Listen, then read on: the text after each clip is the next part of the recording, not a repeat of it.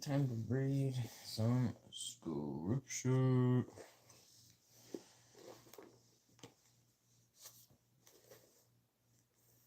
Okay, well, looking like it wants me to read Job, chapter 16.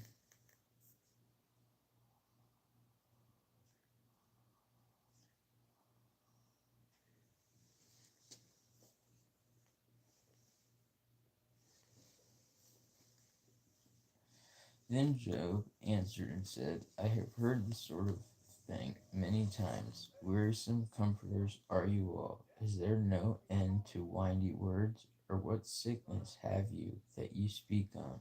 I also could talk as you do, were you in my place. I could declaim over you, or wag my head at you. I could strengthen you with talk, or shake my head with silent lips. If I speak, this pain I have will not be checked. If I leave off, it will not depart from me. But now that I am exhausted and stunned, all my company has closed in on me. As a witness, there rises up my introducer, speaking openly against me. I am the prey, his wrath, the Cecils, his he gnashes his teeth against me. My enemies lord it over me. Their mouths are agape to bite me. They smite me on their cheek insultingly. They are enlisted against me. God has given me over to the impious. Into the clutches of the wicked he cast me.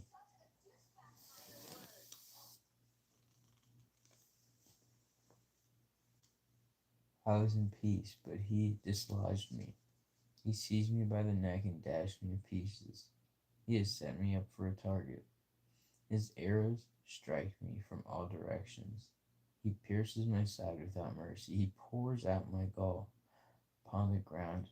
He pierces me with thrust upon thrust. He attacks me like a warrior. I have fastened sackcloth over my skin and have laid my brow in the dust. My face is inflamed with weeping, and there is darkness over my eyes. Although my hands are free from violence, and my prayer is sincere, O earth, cover not my blood, nor let my enemy outcry come to rest.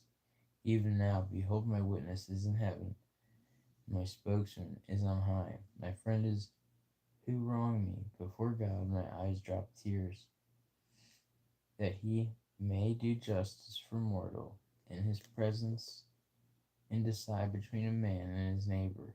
For my years are numbered now, and I am on a journey from which I shall not return. Hello there. First comment. Hey there too, Naomi. And continue with the chapter 17 now. We're still with Job. My spirit is broken, my lamp of life extinguished, my burial is at hand. This is like being at your rock bottom. This is rock bottom right here. I am indeed mocked, and as their provocation mounts, my eyes grow dim. Grant me one to offer you a pledge on my behalf. Who is there that will give surety for me? You darken their minds to knowledge, therefore they do not understand. My lot is described as evil, and I am made a byword of the people. Their object lesson I have become. My eye has grown blind with anguish, and all my frame is shrunk into a shadow. Upright men are astonished at this, and the innocent aroused against the wicked. Yet the righteous shall hold to his way, and he who has clean hands increase in strength. But turn now and come on again, for I shall not find a wise man among you. My days are past, my plans are at an end, and cherished purposes of my heart. Such men change the night into day. Where there is darkness, they talk of approaching light. If I look for neither world as my dwelling, if I and the maggot, my mother and my sister, spread the couch in darkness, and if I call my corruption my father, where then is my hope, and my prosperity. Who shall see? Will they descend with me into the netherworld? Shall we go together into the dust? Mm. I am trying to stop vaping. Thank you, though. It is a horrible habit. It is a horrible, horrible, horrible habit. And honestly, it's more addicting than smoking. I'll tell you that quitting smoking was 100% easier than quitting vaping. This is a complete sidetrack, but it really is. It's the worst habit ever. It really is. Then, okay, so this is chapter 18. Then Bildad the Shuhite replied and said, when will you put an end to words? Reflect, and then we can have discussion. Why are we accounted like the beasts, their equals in your sight? You who tear yourself in your anger, shall the earth be neglected on your account, or the rock be moved out of its place? Truly the light the wicked is extinguished, no flame brightens his hearth. The light is darkened in his tent, in spite of him his lamp goes out. His vigorous steps are hemmed in, and his own counsel casts him out. For he rushes headlong into a net, and he wanders into a pitfall. A trap seizes him by the heel, and a snare lays hold of him. A noose for him is hid on the ground, and the toils for him on the way. On every side terrors affright him. They harry him at each step. Disaster is ready at his side. The firstborn of death consumes his limbs. Fiery destruction lodges in his tent and marches him off to the king of terrors. He is plucked from the security of his tent. Over his abode brimstone is scattered.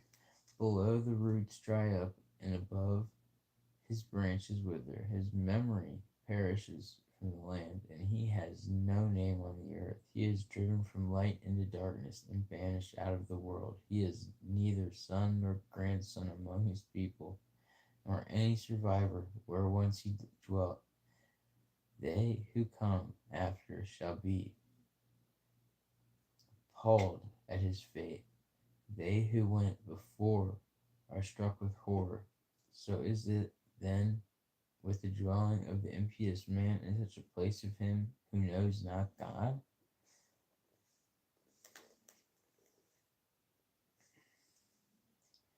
And when the Job reading with how do I know what smoking is like? Because I used to smoke cigarettes.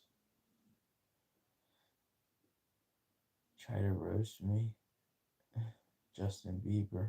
I've gotten that quite a bit. But yeah, I used to smoke cigarettes. I'm in recovery. There's a lot of videos on my channel about it. I've been off dope and, well, I should say I've been off fentanyl and meth for 40 months as of the 1st. Now I'm going to end this Job reading with chapter 19 because Job responds here. Job answered and said, How long will you vex my soul, grind me down with words? These 10 times you have reviled me, and you have assailed me without shame. Be it indeed that I am at fault, and that my fault remains with me. Even so, if you would vaunt yourself against me, and cast up to me any reproach, know then that God has dealt unfairly with me, and compassed me round with his net. If I cry out injustice, I am not heard. I cry for help, but there is no redress. He has barred my way, and I cannot pass. He has veiled my path in darkness. He has stripped me of my glory, and taken the diadem from my brow. He breaks me down on every side, and I am gone. My hope he has uprooted like a tree. His wrath he has kindled against me. He counts me among his enemies. His troops advance as one man. They build up the road to attack me, and they encamp around my tent. My brethren are withdrawn from me, and my friends are wholly estranged. My kinsfolk and companions neglect me, and my guests have forgotten me. Even my handmaids treat me as a stranger. I am alien in the sight. I call my servant, but he gives no answer. Though in my speech I plead with him, my breath is hampered by my wife. I am loathsome to the men of my family. The young children too despise me. When I appear, they speak against me. All my intimate friends hold me in horror. Those whom I love, have turned against me. My bones cleave to my skin, and I have escaped with my flesh between my teeth. Pity me, pity me. O you, my friends, for the hand of God has struck me. Why do you hound me as though you were divine, insatiable prey upon me? Oh, would that my words were written down, would that they were cut in the rock forever, or inscribed in a record, that with iron chisel and with lead they were cut in rock forever. But as for me, I know that my vindicator lives, and that he will last stand forth upon the dust. And from my flesh I shall see God. My inmost being is consumed with longing, whom I myself shall see. My own eyes, not another's, shall behold him. But you who say, how shall we persecute him, seeing the root of the matter is found in him, be afraid of the sword for yourselves. For these crimes deserve the sword, that you may know that there is a judgment. So Job's back on the path to repenting from responding to God, but he's also still in a very dark place, which I think adds weight to the story. I always like to read some Psalms, and then we'll read some Gospel.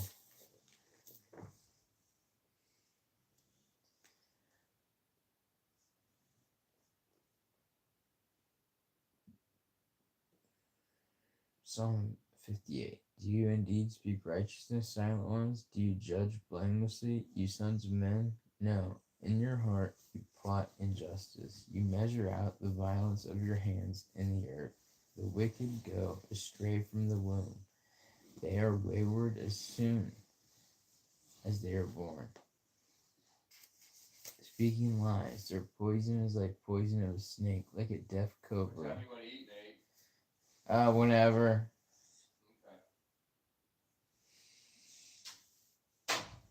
You wicked go astray from the womb. The wayward as soon as they are born, speaking lies. Their poison is like poison of snake, the deaf cobra that stops its ear, which doesn't listen to the voice of charmers. No matter how skillful the charmer may be, breaks their teeth. God in their mouth, break out the great teeth, out the young lions, Yahweh. Let them vanish like water that flows away when they draw the bow. Let their arrows be made blunt. Let them be like a snail, which melts and passes away, like the stillborn child who has not seen the sun. Before your pots can feel the heat of the thorns, he will sweep away the green, the burning alike. The righteous shall rejoice when he sees the vengeance. He shall wash his feet in the blood of the wicked, so the men shall say, most certainly there is a reward for the righteous. For most certainly there is a God who judges the earth. Chapter 59. Deliver me from my enemies, my God. Set me on high from those who rise up against me. Deliver me from the workers of iniquity. Save me from the bloodthirsty men, for behold, they lie in wait in my soul. The mighty gather themselves together against me, not for my disobedience, nor for my sin, Yahweh. I have done no wrong, yet they are ready to attack me. Rise up, behold, and help me. You, Yahweh, God of armies, the God of Israel, rouse yourself to punish the nations. Show no mercy to the wicked traitors. Selah. They return at evening, howling like dogs, and prowl again around the city. Behold, they spew with their words. Swords are in their lips, for they say, who hears us? But you, Yahweh, laugh at them. You scoff at all the nations. O my strength, I watch for you, for God is my high tower. My God will go before me with his loving kindness. God will let me look at my enemies in triumph. Don't kill them, or my people may forget. Scatter them by your power and bring them down. Lord, our shield, this for the sin of our mouth and the words of their lips. Let them be caught in their pride, for the curses and lies which they utter. Consume them in wrath. Consume them, and they will be no more. Let them know that God rules in Jacob to the ends of the earth. At evening, let them return. Let them howl like a dog and go around the city. They shall wander up and down for food and wait at night if they aren't satisfied. But I will sing of your strength. Yes, I will sing aloud of your loving kindness in the morning. For you have been my high tower, a refuge in the day of my distress. To you, my strength, I will sing praises, for God is my high tower, the God out of my mercy.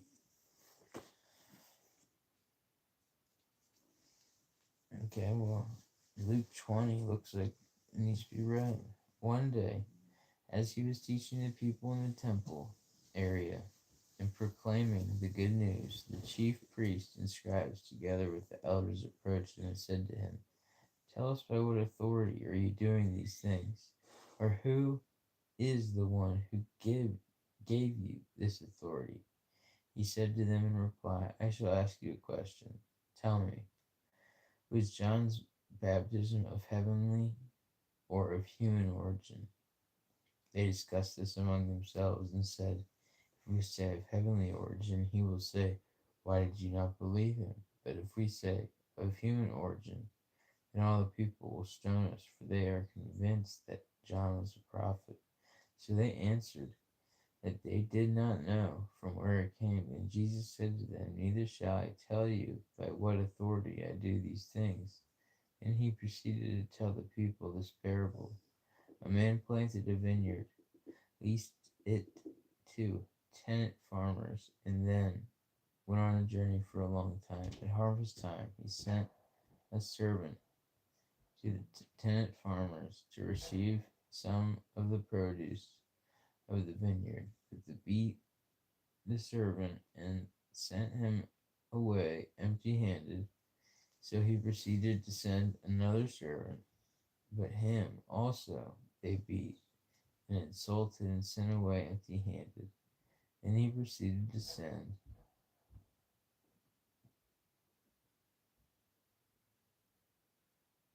a third, but this one too they wounded and threw out. The owner of the vineyard said, what shall I do? I shall send my beloved son. Maybe they will respect him. But when the tenant farmers saw him, they said to one another, this is for the heir. Let us kill him, with the inheritance may become ours. So they threw him out of the vineyard and killed him. What will the owner of the vineyard do to them? He will come and put the tenant farmers to death and turn over the vineyard to others. When the people heard this, they exclaimed, let it not be so. But he looked at them and asked, what then does the scripture passage mean? The stone which the builders rejected has become the cornerstone. Everyone who falls on that stone will be dashed to pieces, and it will crush anyone who falls. The scribes and chief priests sought to lay their hands on him at the very hour, but they feared for people, for they knew that he had addressed this parable to them. They watched him closely and sent angels pretending to be righteous who were to trap him in speech in order to hand him over to the authority and power of the governor. They possessed the question to him, Teacher, we know that what you say and teach is correct, and you show no partiality, but teach the way of God in accordance with the truth. Is it lawful for us to pay tribute to Caesar or not? Recognizing their craftiness, he said to them, Show me a denarius. Whose image and name does it bear? They replied, Caesar. So he said to them, Then repay to Caesar what belongs to Caesar, and to God what belongs to God. They were unable to trap him by something he might say before the people, and so amazed were they at his reply, they fell silent. Some Sadducees, who deny that there is a resurrection, came forward and put this question to him, saying, Teacher, Moses wrote for us, if someone's brother dies, leaving a wife but no child, his brother must take the wife and raise up descendants for his brother. Now there were 7 brothers.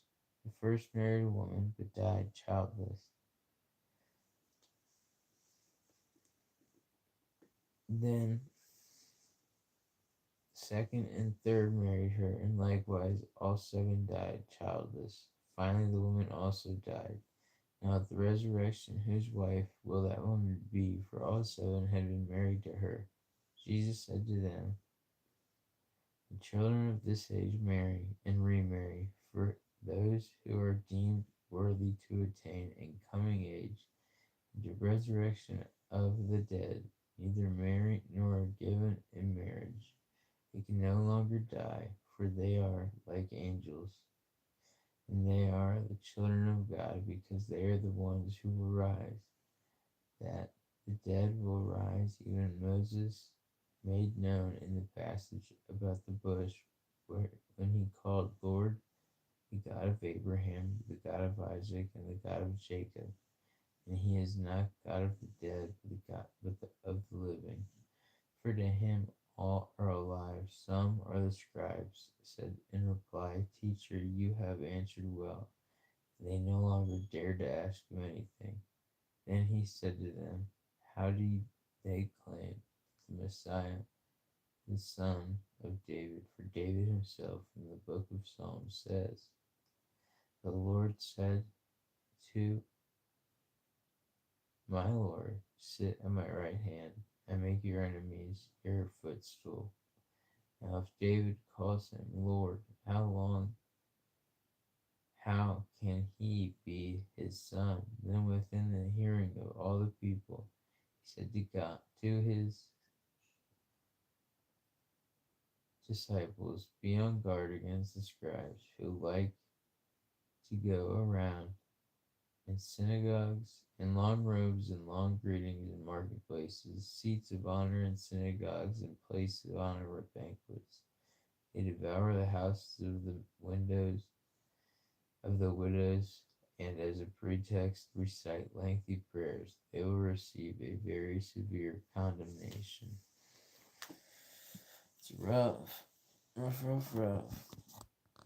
Trying to build a network to help people all over the United States. Matthew 18:20 ministry.